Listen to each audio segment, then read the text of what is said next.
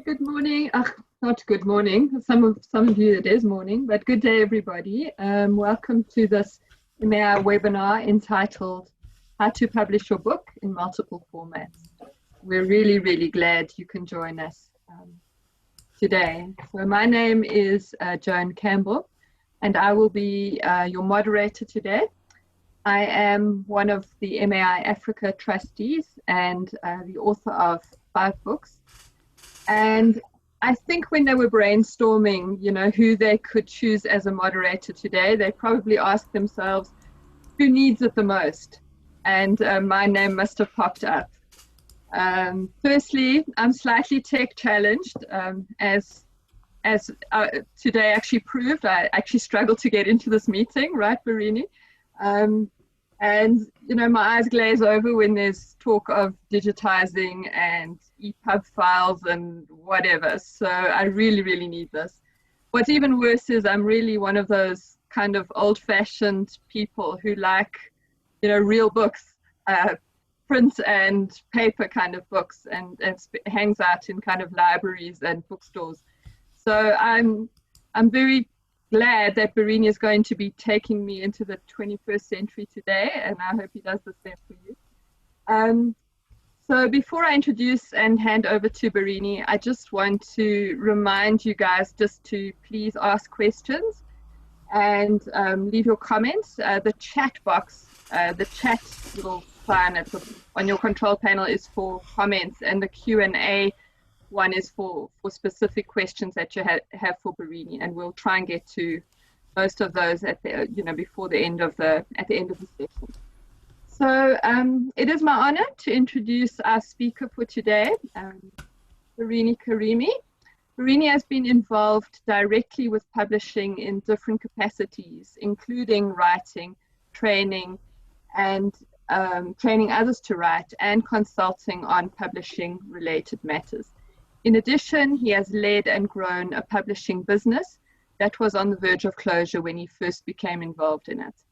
He is the founding director of Publishing Institute of Africa and former publisher and chief executive officer at Evangel Publishing House, and gets a great deal of satisfaction from seeing new stories told and new books written by those who otherwise would not have told their story without some support.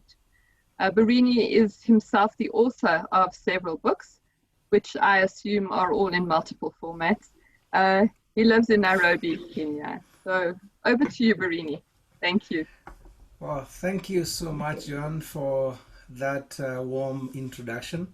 I'm very delighted to share this platform with you. And don't worry, I'll try and just make it as less tech as possible, because the whole idea is not to make it technical, but make it very easy for everyone joining us today, whether you are an author or you are a publisher or you are an aspiring author, to navigate your journey in writing and publishing and making your books available in as many formats as possible. So I'm glad that I have an opportunity to share this platform with you, Joanne, and everyone else who is joining us. Welcome on board. I can see we have 35, 36, and the number is growing every second. And so we appreciate that you're able to spare your time and be with us. I hope and trust that this session will be fruitful for you, and it will ignite some thinking on your part and how you can avail your books to as many platforms as possible. My hope and prayer too is that we will make this as practical as possible, that you will pick some things that you can actually leave this webinar, and hopefully by the end of the day, if your day is not over yet, or by the end of the week, at least you'll have taken some actions in advancing multiple platforms of your writings.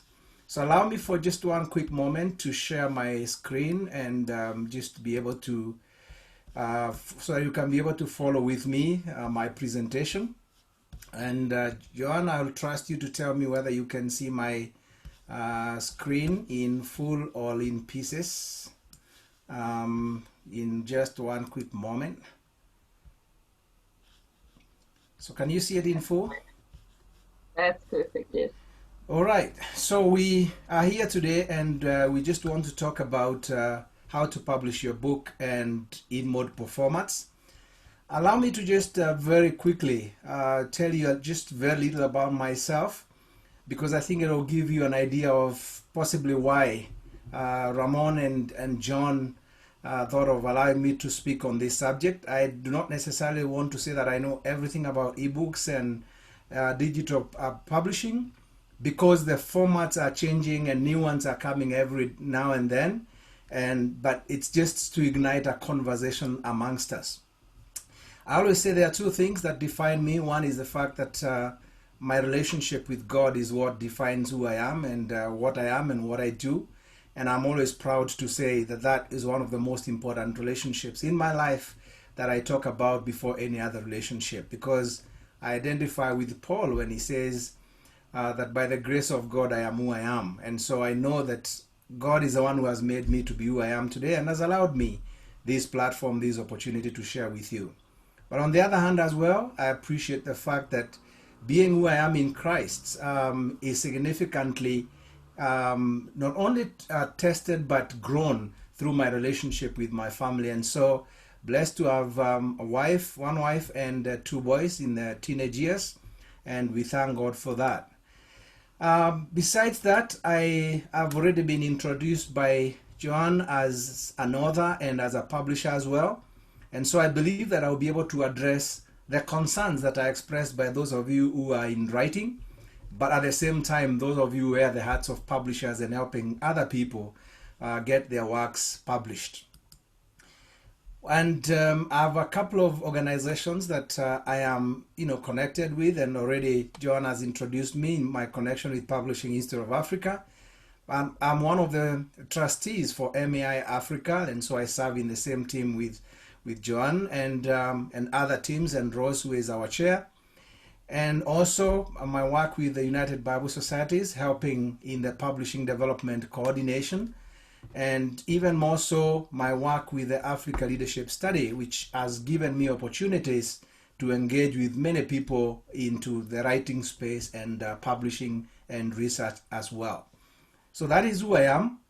Let's then turn over, and I have two scriptures that I want to share with you, and I always say these are my motivations into publishing. I've highlighted a couple of the areas that I think speak to what I do, and I call it my why. One of them is found in Habakkuk chapter 2 and verse 2, where the Lord answers Habakkuk and he says, write the vision and make it plain on tablets, that he may run who reads it. And I've highlighted a couple of those areas there because, one, we are talking about writing, and so you can see the element of writing the vision. In my own interpretation, and possibly not subjected to any theologian, I take that making it plain is editing, because editors help us to make things clear and well understood. And so it says make it plain on tablets. Now we are in the age of tablets, but I'll not focus on the tablets much. And it talks about that he may run who reads it. And I'm thinking about he who may run and who reads it as the element where we engage with the audiences that we write for. And so I take a lot of encouragement from this scripture. But at the same time, when you look at the next scripture, which is basically from the book of Psalm chapter 96 and verse 3, which is, and I've quoted the New Living Translation, it says, publish his glorious deeds among the nations. Tell everyone about the amazing things he does. So again, you can see we have publishing there. Most of the other translations really use the word declare, but it's just about getting the word out there. And that's what publishers do. We get the word out there. But now this particular word is a very specific message, the glorious deeds of what God has done among the nations. And then you can see again, I've highlighted the word tell everyone, which is about marketing, distribution, promotion, all those elements that bring about the telling. And so these are the scriptures that encourage me to do what I do on a daily basis. And I want to share based on those scriptures. So the question is, what does it mean to publish? And for those of you who possibly know, the word publish really is, or the root word is Latin, and simply means to make public, to reveal, to diverge, and to announce. And so when you think about those words in the context of publishing a book, you are literally talking about transforming a manuscript and making it available and readable. And we can take those few words that I've highlighted there and be able to possibly dissect them and see all the roles that are involved in publishing. Editors transform a manuscript. Designers who help us to package our books in a way that it's presentable, they transform our books. Those who are able to convert it into multiple platforms, they are also able to, they are significantly involved in transforming. Again, when you talk about publicly, making it publicly available, that means that which we have written. And sometimes I know that quite a number of you who have shared this find themselves asking, why do I have to be the one to write about this? Or am I qualified enough? Now, what you write in private, if we don't make it publicly available, then we have not completed the task of publishing. And so, how do we make it as publicly available as possible? It is by making sure that it's available in as many platforms and that can be made. And then of course, being readable. That's also an element that is very important and very critical. And that then introduces me to the key players in publishing. And I just want to bring in 3 players that I believe are very important. But at the center of them all, we cannot have any publishing without an audience. I know that previous models of publishing, the publisher was at the center because they controlled the distribution, they controlled everything else. And so the writers or the authors were so much dependent on publishers. But even though I am a publisher myself, I can speak confidently and say that has shifted, and now the audience or the readers that we are writing for become the center. What that simply means is that the next very important person then, if the audience is at the center, is the person who is providing the content, whether we call them the author or the writer. That does not mean that the publisher is not important, and I'll bring them there so that we can complete the image. But what I'm trying to simply put across is the publisher, or for those now who go for self-publishing, those who provide the publishing services, they become a value add to the process. And you will basically see in my subsequent slides why the audience or your reader becomes the center of every decision you make, whether it's the decision about the content that you are going to provide, or whether it is about the platform that you're going to use to reach your audience. You've always have to ask yourself, who is my audience? Where are they found? And what platforms do they use? And so that's why I emphasize that even as you think about multiple platforms, you have to always remember that at the center of it is your audience that you need to be able to communicate to. Thinking about publishing in multiple formats, the question that comes in even before we ask ourselves what those multiple formats are, why is it important for you to consider multiple formats? If I am a writer, why should I consider multiple formats? If I'm a publisher, why are those multiple formats important? So we need to answer that question before we then get to the point where we ask what are those formats and how can we get our books into those different formats.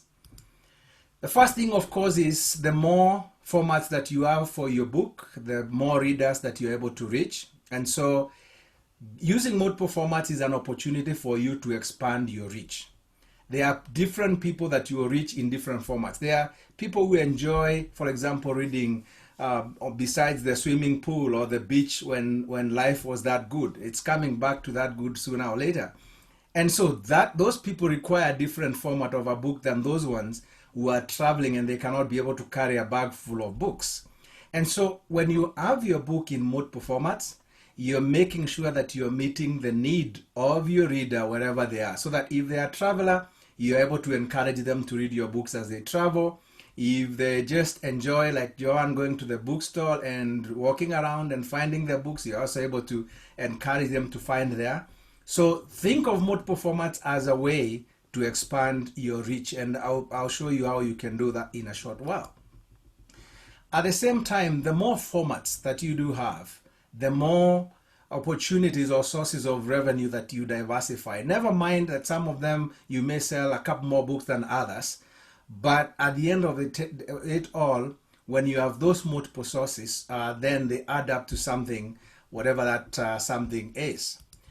And then very important is the fact that multiple formats provide you with opportunities for engagement. If you look at most of the printed books, even when you read that book and you really enjoy it, more often than not, most of the books you don't have a way to engage with the author, for example. Some of them will provide maybe an email address at the very end, but how many people have that energy and time to go back to your email and be able to write you an email? I can tell you for many years that have been published, I possibly can count the number of emails that I've received. There have been a couple of them though, people saying I read your book, but those are more exceptions than the norm. And that means my books are out there and people are reading them, but I don't know what they think about those books. I have no idea what the feedback they have.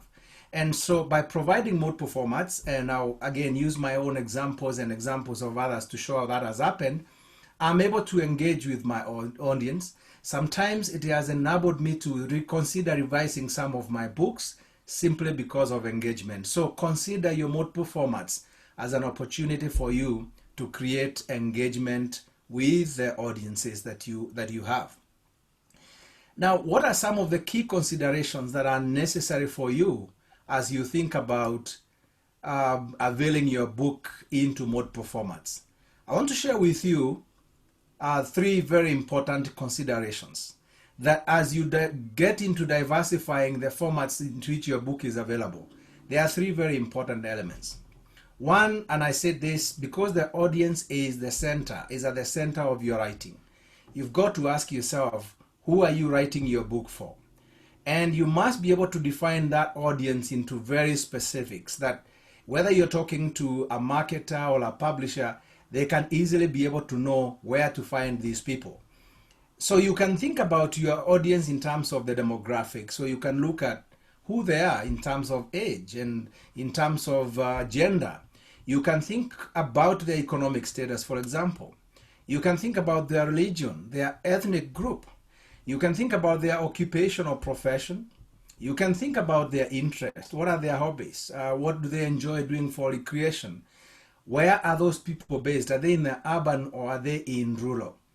All these factors are very important because, as you will see, when we then talk about different formats, those different formats will appeal to different people. For example, if you have a book that you're targeting rural people, for example, and then you put it in as an ebook, what are the possibilities that you might miss quite a number of them that would be interested in getting that book or getting access to your content? So you must think about that question of who is my audience. Then the next thing that you must ask yourself is, what is the content itself that I'm writing? And how will that content be packaged? Different types of contents will be suitable will have different formats in which they can be formatted. And so if you are thinking, for example, of doing a Bible study book, and then you decided to avail it only as an audiobook, how does that impact the ability for people to to study the Bible together if it's an audiobook, for example? So you've got to think about the content and the best format in which it can be presented so that it makes sense to the person that you're targeting. Again, I'm taking you back to the first consideration, which is all about who your audience is. And then you've got to think about platforms. And when we talk about platforms, the question that comes to mind is, when I think about my audience, what platforms do they use? Where is my audience? Are they the ones that you find browsing on websites, that if I put my content on my website, they'll have access to it? Are they on social media? And if they're on social media, which one will you find them prevalently? Are they on Facebook? Are they on LinkedIn, that is significantly seen to be more professional than social in that sense? Or are they on Twitter, or are they on Instagram if they are much younger generation? So again, you must look at the demographics and ask yourself, where can I reach my audience? Right now, I think if you think of it more, you realize that quite a number of young people are more on Instagram. Facebook is significantly seen as a slightly older generation in that sense. So which platform are you likely to reach out to the target audience that you want to reach? And of course, there is video, and YouTube, as you possibly know, has been growing and growing very considerably. And so whether it is an avenue for distribution of your content, as you possibly will see in the next couple of slides, whether it's an avenue of promoting and marketing your book, these three key considerations are very important. Who is my audience? Where can I find them? And what content do I want to distribute to them? Those are very, very important considerations for you to have. So once you have then decided or had time to think about these three considerations, then let's come over to the platform and the different platforms. And I know this is where most of you have been looking forward to. And what I'm going to do is that I'm going to talk about 4 different types of platforms that you can possibly use or extend your books. I'll talk about print. I'll talk about eBooks. I'll talk about audiobooks, and then I'll also give you a couple of other different formats that you can get your content into. I'll try and be in a position to guide you and tell you how you can get into each one of them. Certainly you appreciate that 1 hour is not enough to make you an expert, but it can give you ideas on where to start. And I want to tell you that what I'm going to provide you is nothing technical. You don't have to be a technical person. All you need to do is, as you have your content, you can be able to start the process quite easily, because most people think that getting their books in multiple formats, they need to be very technical, they need to have so much knowledge of computers. I want to tell you that that is possibly a myth. It's not actually true. That each one of us can be able to get their content into multiple platforms easily. In some places you might need help, and you'll discover where you can find that help in my next slides that I want to share with you. So what are those platforms that we are talking about? One is we are talking about print. And when we talk about print, I want to give you some statistics that I found very interesting. Now, these statistics are from the United States of America, but when you try and look at them, and I try to compare with some from Europe, from other places, there was quite some, you could tell that there was a lot of similance. That for the last 5 years, since 2016, and as you can see, 2020 is when we had the highest number of book sales for the last 5 years, which is quite interesting. Most people thought that last year was really difficult for most publishers. And you can see the growth was both on print books, which possibly rose by about 12%, and then ebooks were able to rise by about 6-point-something%. So what you need to realize is when you look at the combined print and ebook unit sales for those number of years, it's the fact that it has been growing. And so when we talk about print, some people thought, wow, print is disappearing. Statistics are proving that print is here to stay, and possibly for a longer time than we possibly thought. However, that does not give us any reason to ignore the new areas where we can expand our reach and where we can expand audiences for the reasons that I gave earlier on. So as you think about formats, especially when you talk about print, normally many of us know paperbacks because that's how we produce most of our books anyway. But certainly we have hardbacks or hardcover books that are also very good as coffee books, as gifts, especially when you're doing special edition for people. And so it's important to consider that as well, depending on the content that you're publishing, again, depending on who your target audience is. Now, when you think about as an author or as a publisher, again, the examples that I'm going to give here, they apply. If you're an author, you can go straight and do what I'm going to talk about here. But if you have a publisher also, you can use the same avenues because most of them are non-discriminative. They allow both authors and publishers to be able to use these platforms. When we talk about print, we have a couple of options that are available to us. We do have what we call print on demand.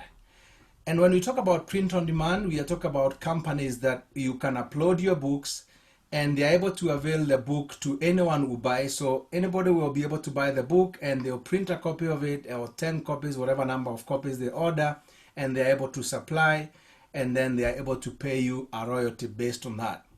Now, I've put in two of them there, and that is Amazon Kindle Direct Publishing, or what they call KDP. Previously, most people knew it as CreateSpace. And then we have Ingram Spark.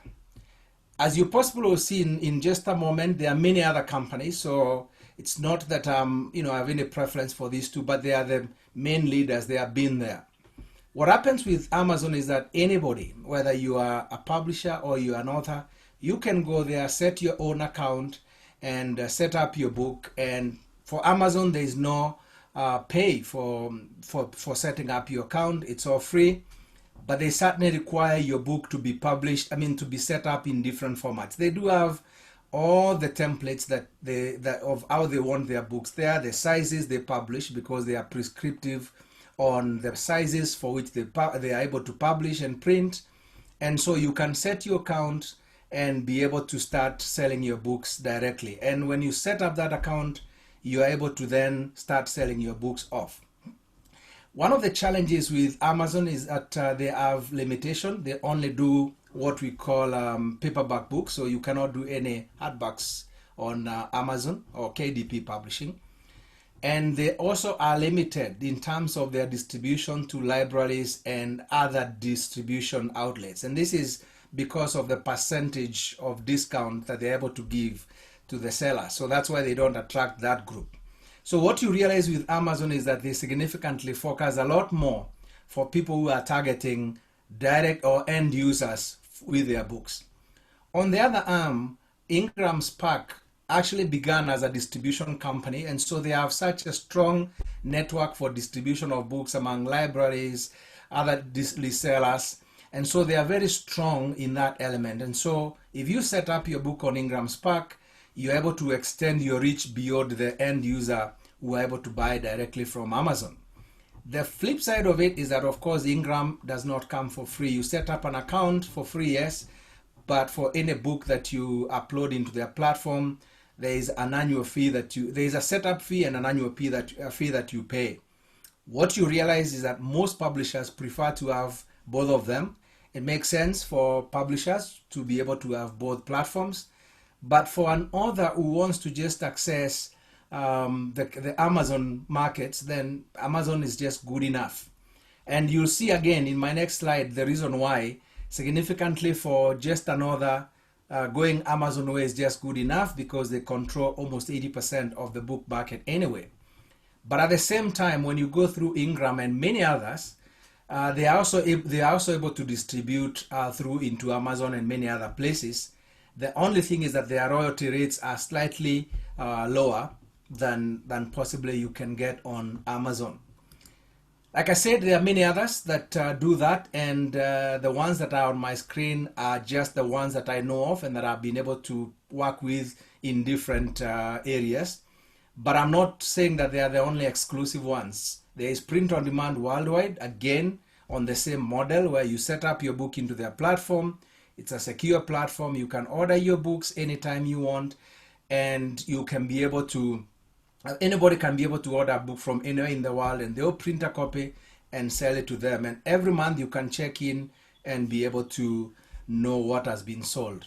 Of course, most of these systems have been perfected over time. The last couple of years, most of them were a bit complex, but I think with feedback, they've been able to make it easier and much better as they are now. So you can think of Print on Demand Worldwide, you can think of lulu.com, you can think of BookBaby.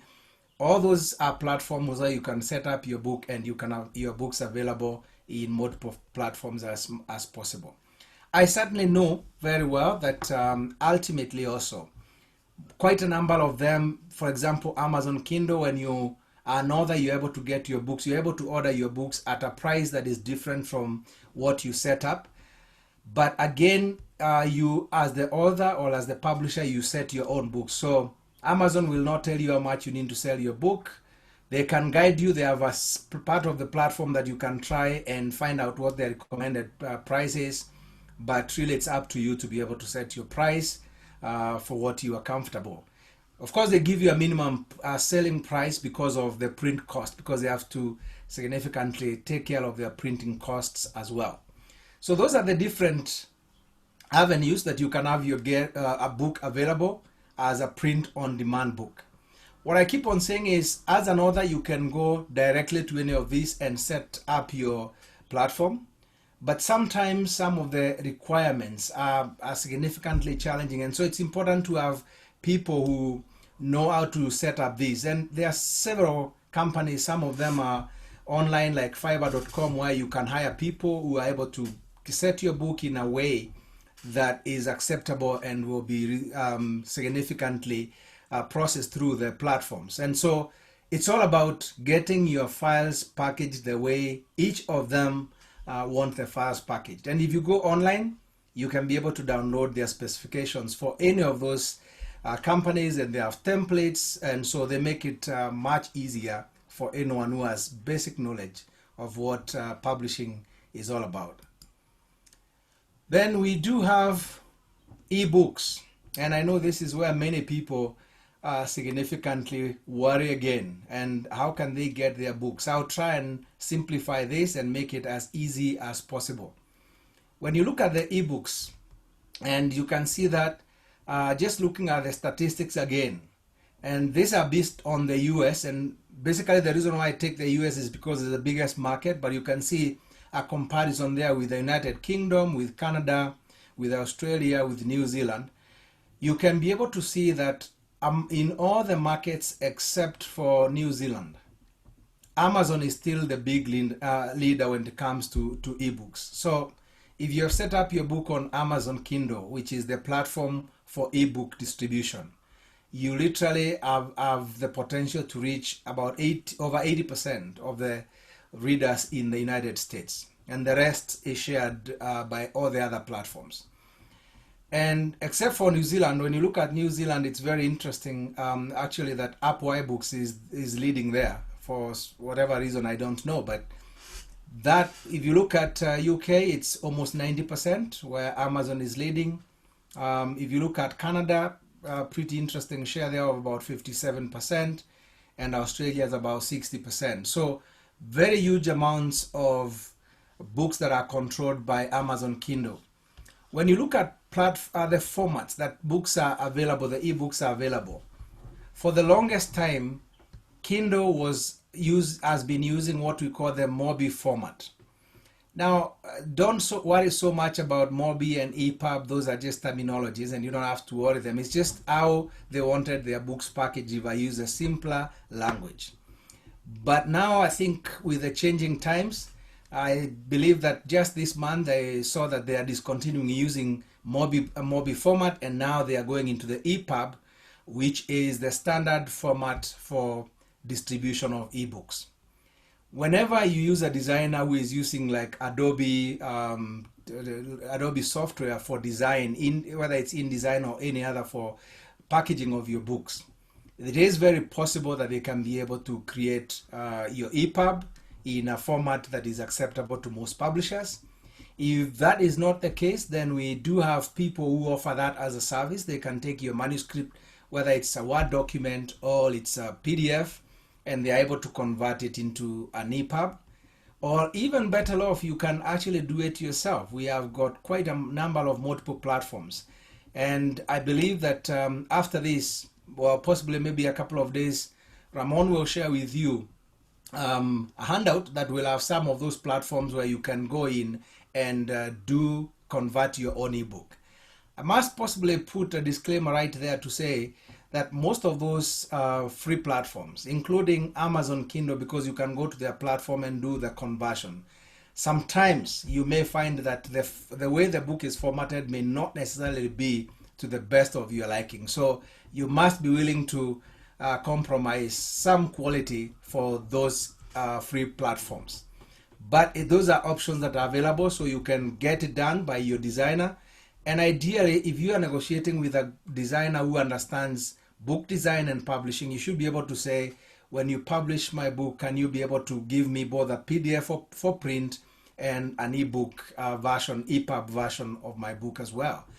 And that is something that you can ask them. There is also a format that you can see there that is called Flipbooks. And I know that this is not very common for book publishers, but it's very common for magazine publishers. But I think it's a format that I personally think works perfectly well with books, because the good thing with Flipbooks is that people have, normally the readers will have the similar experience like they are turning a page of a book. And so it's a bit more attractive when you're using it on a tablet. Somebody feels literally, and the sound is like just turning a page of a book. And you can do this for promotion, for example. You don't have to do it a full book. You can do it as a promotion, part of your book as a promotion, and with a link at the end of the book saying, if you like what you have seen, you can click it here. And Flipbooks allow you as an author, or if it's a publisher, to even have the links on your email when you're writing people emails. So Flipbooks become a very easy avenue for you to promote your books. Once again, there are platforms where you can do it yourself, and we'll share with you a handout that will give you some of those platforms where you can do it yourself. Or there are some that you can hire someone to convert your books as Flipbooks, and so the options are open all to you. And so moving on is the question of how do you distribute your ebooks. I want to suggest two avenues that you can do your books. One is that you can do what I call direct distribution. And direct distribution simply means you get into all these platforms. So if it's Amazon, you set up an account with Amazon. If it's iBooks, you go to Apple Store and you set your account. If it's Barnes and Noble, you go there. I mean, when you're involved directly, it means setting up each account where you distribute your book. Certainly, this is a lot of work, especially if this is not your core business. If this is not what you do for a living, you can easily give up because it'll be so much work. And even though I've possibly put the 5 big outlets for ebooks, there are hundreds, for lack of a better way to describe those platforms that are available for ebook distribution. So what is recommended for many publishers, especially publishers with a couple of books, or even for others who have 1 or 2 books, is to use what we call the aggregators. And these are platforms who serve as agents that you put your book into their platform, it's secure, and then they are able to distribute to not only these big 5, but they are able to distribute to many more that you possibly cannot be able to access to those ebook distributors. So again, I'll just share with you 3 of them that are major, that have been able to create quite inroads into ebook distribution. Smashwords is possibly the biggest of them. And like I said earlier on, for most of these platforms, there is no cost to setting up your account. They are all for free. But then you have to share royalties with them because they will be able to provide you with the service of marketing and distributing the books. And if you go to each of those websites, you will see their terms and their conditions. Some of them will offer the service of converting your book into an ebook, and others will ask you to convert the book into an ebook. So different terms and conditions. But the 3 major ones are Smashwords, Draft to Digital, and Lulu.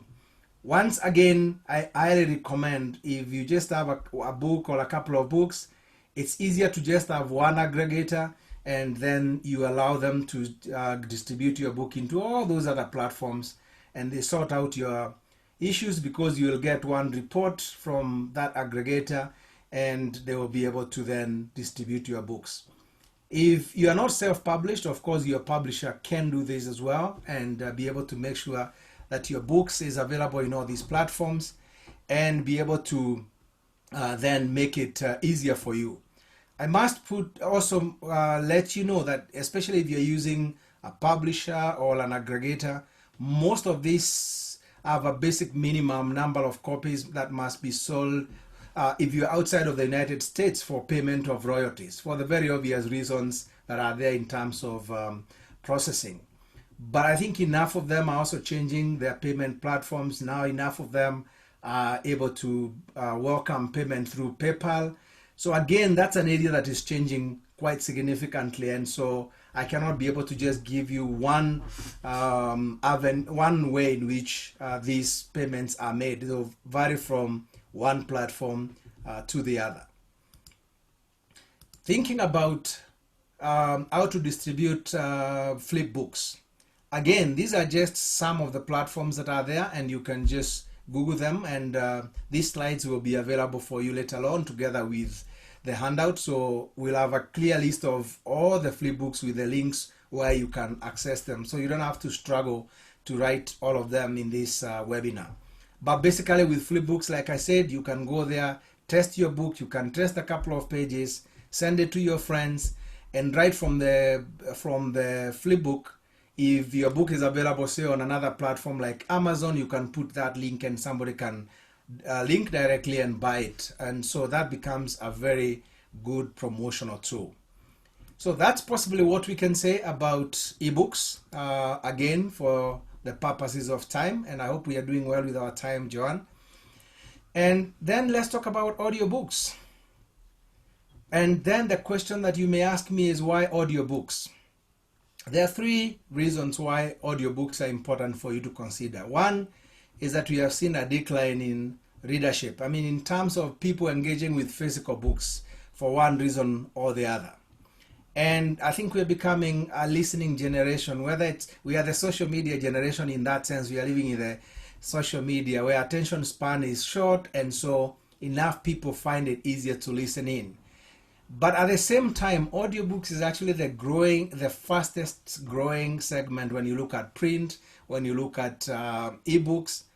In terms of the market size, it's small, but in terms of the growing, it's the fastest growing, and you've seen that with podcast as well, and many other audio feeds that we get quite often. At the same time, we also appreciate the increased use of mobile devices. Many people have their phones, and anytime you find people on their phones, they have their earphones on. And so the fact that people are always with their handsets, what format are you able to get your book that can easily be found and without taking so much space, and they don't have to keep on turning the pages? And audiobooks applies to all those ticks if you are putting tick on those elements. And then thirdly is the fact that with audiobooks, people can multitask and listen. So someone could be in their kitchen, they are cooking and they're listening to your book. They could be driving and they have a long drive, and so they could be listening to your book. They could be taking a morning or an evening jog and they could still be listening to your book. And I've seen so many people who are always listening to something when they are doing one task or another. So it's very important for you to realize that audiobooks is a growing market, and it's very important that you tap into that. So the question then that we need to ask ourselves is, if that market is available, how do we create an audiobook? And I just want to share with you a couple of ways in which you can create an audiobook. And like I said, you can do it easily, and I want to share with you simple ways in which you can do this. One is that you can, as an author, if you're an author, for those who are authors here, you can actually read your own book. There is a flip side to it, that the fact that audiobooks require very high quality recording. So it's just not picking your computer and plugging in a microphone and speaking to your computer and saying, now I have an audiobook. There are certain specifications, just like the print books, that the distributors of audiobooks require. So you will need professional equipment, you will need an environment that is quiet, and all those are possibly not luxuries that many of us might be able to afford. So this is a possibility, but you have to ask yourself, are you well prepared to go this way? There is a second way in which you can create your audiobook, and this is what we call work for hire. And this is basically where you hire a narrator. Then, of course, they will narrate the book and you pay them, and you own the book. And you can have an exclusive arrangement with one platform or multiple platforms, or you could have an exclusive arrangement with a platform that is distributing your books. And that's up to you when it's work for hire, because you've paid for it, it's your book, you make decisions on how best you want to have this happen. But then you have to ask yourself, how much does it cost me to hire a narrator? And how many books will I need to sell to be able to recover that money? So again, you need to ask yourself that question. Then we do have the third alternative that has been significantly heralded as possibly a win-win for creating audiobooks. And this is where you partner with a narrator. And in this case, then you get to split the royalty arrangement. If you possibly go through the platform that I'll talk about in the next moment, which is ACX, is that they have a way in which the royalty for you, if it's work for hire and you put your book up there, they pay you 40% of royalties. But if you partner with one of the narrators in the platform, because their platform really connects authors, publishers, audio makers, they just connect on that platform. And so they've created an avenue in which you can hire somebody there, you partner with them, they do their book, and you don't pay them anything, but then you share the royalties that are derived from that book.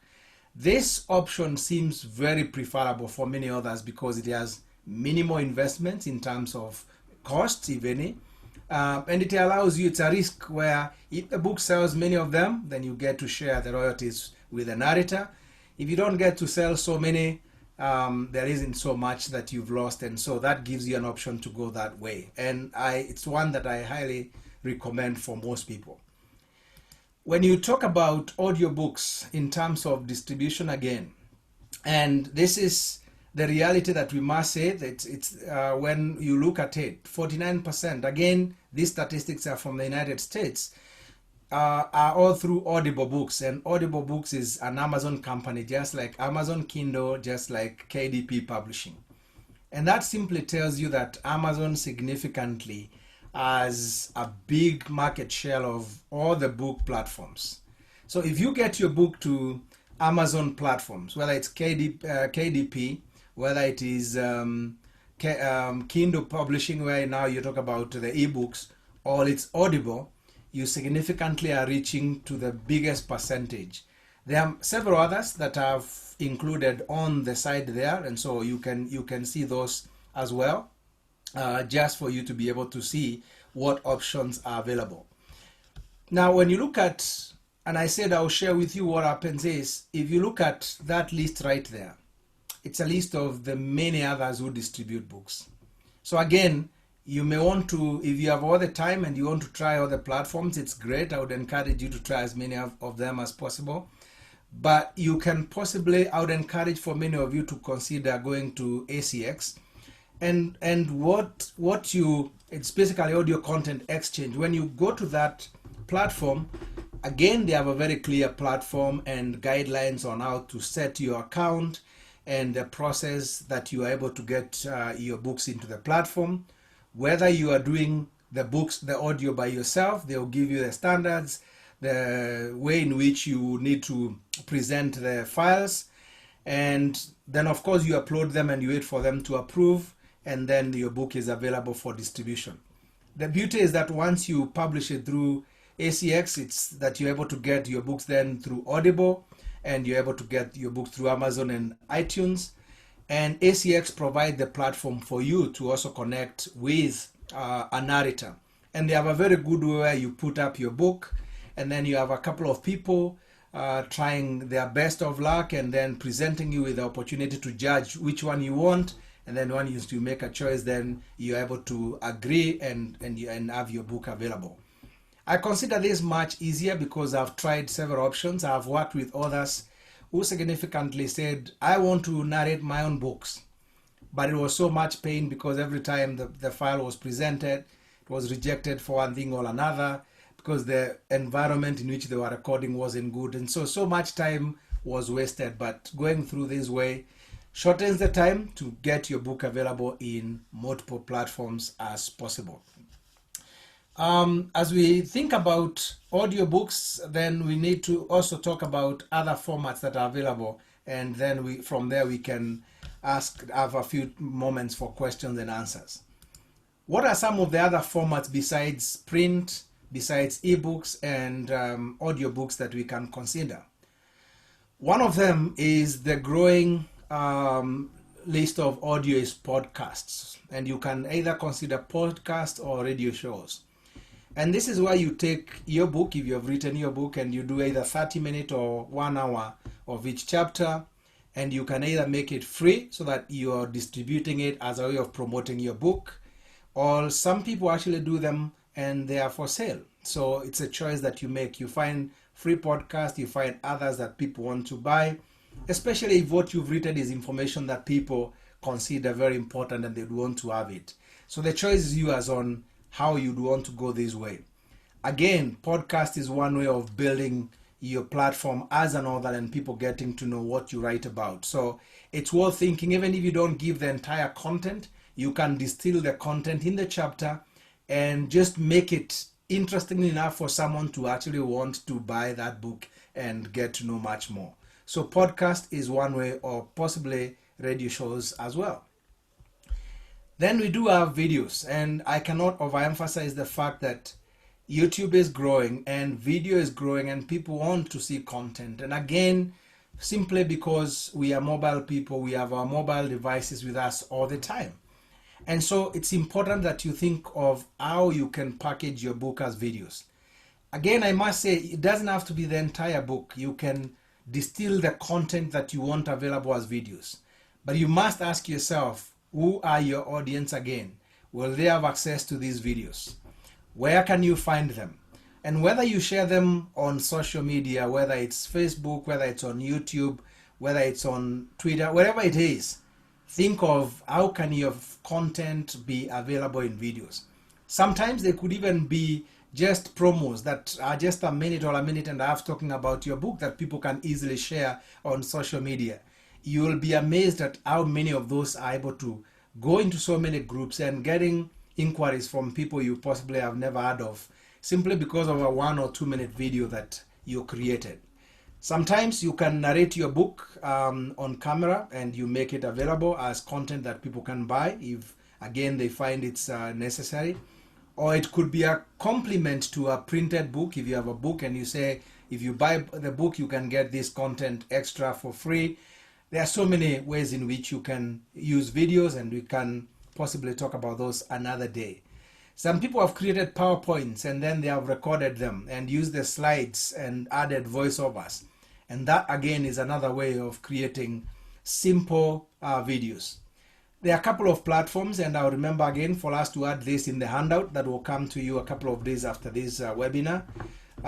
Platforms like Loom, for those of you who've possibly never heard of it. Very simple platform, right on your computer with a simple microphone. You can create your own videos and make them available. Remember, we are in the social media era where people just don't want long videos. So if you start doing videos that are 10 minutes long, the reality is that you get very few people watching them. But we talk about 1, 2, 3 minute videos again. So you have to think of what message can you communicate in that short time, make it impactful enough for people to want to connect with your content. Another platform that you can consider is PDFs. And when I talk about PDFs, I have to put a caution here because many people think that eBooks is PDFs, and which is not necessarily true. PDFs, if you of course share your book with PDF, the challenge you have is that it can easily be shared. You can locate here and there, but you cannot possibly prevent so much of sharing. So you've got to ask yourself, what are you going to use the PDF for? So I'm not necessarily talking about PDF as your complete book that you share, but I'm looking at PDFs on your website, landing pages, on your social media pages where people can just easily download, and it could be just a few pages. I know, for example, one of my books that I wrote, 5 Ways to Live a Legacy. It's a life well lived. That is the title of the book. I've used a distilled version of a PDF for people who go to my website and sign up, and I get their email and they're able to get a copy of my book. It's not a complete book, but I've distilled it into just about 30 pages. But if they want the complete book, they need to buy it. But I use that as a promotion. So there are different ways of using PDFs for this kind of as freebase on your landing pages. You can also sometimes, and Kindle is very good at doing this actually, that when you put your book on Amazon Kindle, they're able to avail the first few pages and the first chapter for free, and then they're able to say, if you want to continue reading this book, buy it here. So you can borrow that from Kindle as well and be able to do that with your own books. Just have the introductory pages, the first chapter, and then with a link of how they can access that book or where they can purchase that book. And even if it's not available in digital platforms, you can clearly indicate where they can have available. So PDFs is another way of getting your content out there. I've also seen people who have done their books and they have converted them into online courses. I have quite a number of my friends who have created master courses from their books, and they are making their money out of those.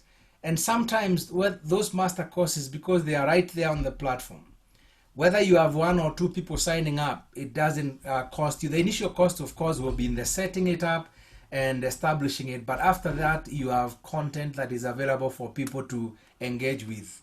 It can be an online course that you avail there for free. It could be one that you charge people. I've seen some who create an online course and they allow you to do the first one for free, but if you want to continue with the rest, then you've got to pay for them.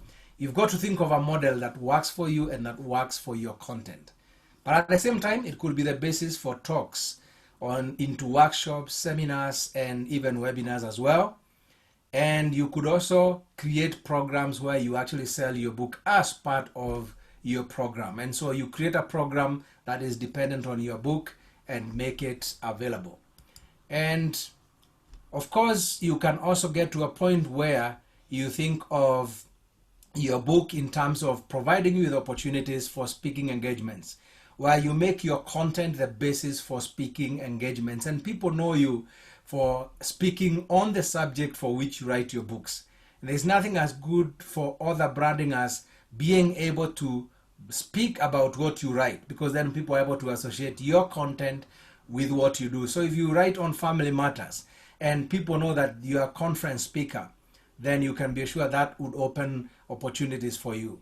I can confidently say this for the many times that I've been able to organize international conferences. I've actually used books to find speakers that I didn't know, and their content then was able to lead me to think of the fact that they can speak about what I want if it's a theme that is in our conference. And so I'm talking about something that I know and I've seen practically working very well. So those are the other platforms and other formats that you can have your book. But as I conclude this and allow a couple of minutes for us to engage and answer any questions that are there, ultimately I want to take you back to where we began. As you think about multiple formats, ask yourself, who is my audience? Where are they? And what platforms can they use to access this content? When you have those three parameters right, then you can almost create a chart where you think about who your audience is, and you can put an X for platforms that will certainly not reach to your audiences, and you can say, in my book I can possibly have it in 3 out of the 5 formats. But more importantly is make sure you diversify opportunities where people can find you and where they can find your book and be able to engage with you. Some of these platforms that I've talked about, formats that I've talked out at the very end, they are more for engagement. They are connecting you with your audiences and allowing you to connect with the audience. And so you must think about the ones that you're using to sell your books and the ones that you're using for people to know that you're there and what you're writing about. I think, Joanne, it's good for me to stop there. I hope that I didn't make it technical in any way and allowed you to follow through. And like I said, Ramon will share an outline where we'll possibly put all the links and the websites where you can find help on all these formats. That was great. Thank you, Barine. It really makes you think more widely, than definitely I've been thinking. I really did enjoy that a lot. There are a few questions. We've got time. I see 2 questions. The one is from Ivor. Is it a good option to establish with KDP exclusively at first, print and ebook, and then after 90 days go wider with distribution with Ingram Spark, draft to digital, etc.? Well, that's a very good question from Eva, whether it adds a lot of value to do exclusive or not. I think different authors will have different experiences, so it would be difficult for me to say yes or no to that question. There are books depending on the formats, again, and the audiences where it makes sense for you to just do exclusively with Amazon or with KDP. Like I said, ultimately KDP distributes about 80% of those books anyway. So if your book is not the one that you're targeting significantly for colleges, schools, libraries, and all those other extended outlets, then it makes a lot of sense just to do that. But if it's a book that you're targeting for institutions, for distribution outlets, then it makes absolutely no sense for you to go that way. So I think it will depend on the content in the book and who your ultimate audience is. Okay, that's let me just see. There's another question here from Ali asking, can you speak to the credibility factor of self-publishing versus traditional, and how much does that matter? All right. Very, very good question. And I believe I have an answer to that. And I would say that I don't want to just take the two categories of publishing where you look at self-publishing and then the traditional publishing. We all know that the traditional publishers possibly don't have the capacity to be able to publish all the people that want to be published, because there has been an explosion of people wanting to be published. And so, assuming that the publishers are able to publish all those books, the reason why self-publishing rose is because publishers significantly were more of, I don't want to use the word hindrance, but they had a way of limiting the number of people who want to be published. And so self-publishing came to solve that problem. We have so many people wanting to be published, but the publishers who are there do not have the capacity to publish all the books. But the flip side of that is that then people came into an industry where they don't have the expertise, and so we ended up with very poor quality books. And that is why I highly recommend what I call hybrid publishing. And hybrid publishing is where I come in as a self-publisher. So I don't give away my books. And there are certainly cases where traditional publishing is great, for example, in academic publishing and all that. And there is also space for traditional publishing. But for a majority of the people, hybrid publishing is what I believe I highly recommend, because you have control of all your content, and then you are able to get services that are provided to you by people who understand what publishing is. So they'll ensure that your book is well edited, it is well formatted, and they take care of all those things that are likely to make sure that your book is a non-starter. And that significantly becomes a big help if you can find that. That is the model that we practice at Publishing Institute of Africa, and that's a model that is practiced by quite a number of other people that I know who are offering publishing services. I must also put a disclaimer to say there are many people who present themselves as publishers, and you've got to ask yourself, what's their credibility? I quite often say you need to talk to someone who has been published. So if you find someone who says, I can offer you publishing services, try and find out who they have published before and whether they speak highly of their services. Because this is a service, and there's no way to know until when you have gone through the experience, and possibly you had a very bad experience. I remember just a month ago speaking to someone who had such a bad experience that when the books were delivered to them, the books were being delivered for a launch, and they had to cancel the launch just 3 days before. That's a very painful experience. But it's because they went to someone who said, I can publish your book, and unfortunately they didn't have the capacity, but this person had not found recommendations. So references is very, very important in that space. Okay, thanks, Kirimi. People are really saying they've enjoyed this session a lot. Do you have time for one more question? I know you have another meeting. Yeah, sure, I can do one more. No problem. Okay, because Ali again asked a very interesting question that's quite of interest to me, because I'm in this position too.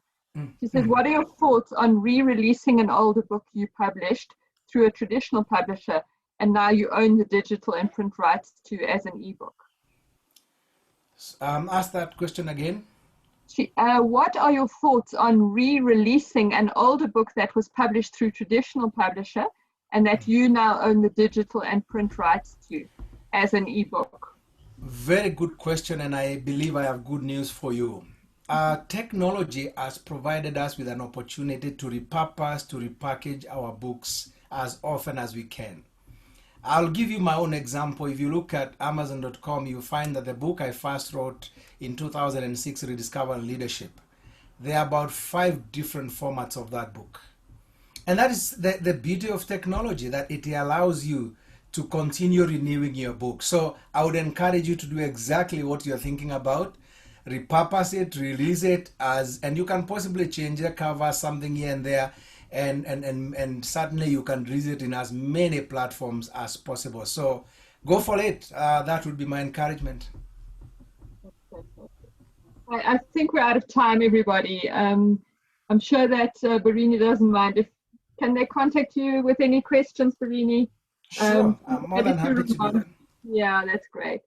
But thank you so much. Okay, I think I can possibly just put my email right there on the screen. There we go. Thank you so much. So just shoot me an email on that. It's a simple email, so you can't confuse it.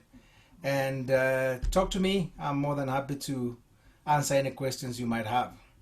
But again, Ramon will share a handout, and that will have quite more details on some of those platforms I've talked about. Thank you. Thank you so much for listening to us. This was fantastic. Thank you for your time and your experience. Appreciate it. And thanks to everyone who attended.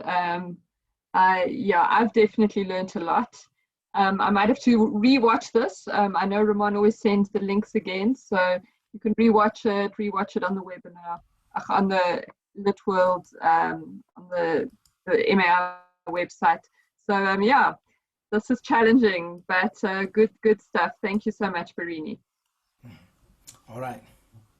Blessings, everybody.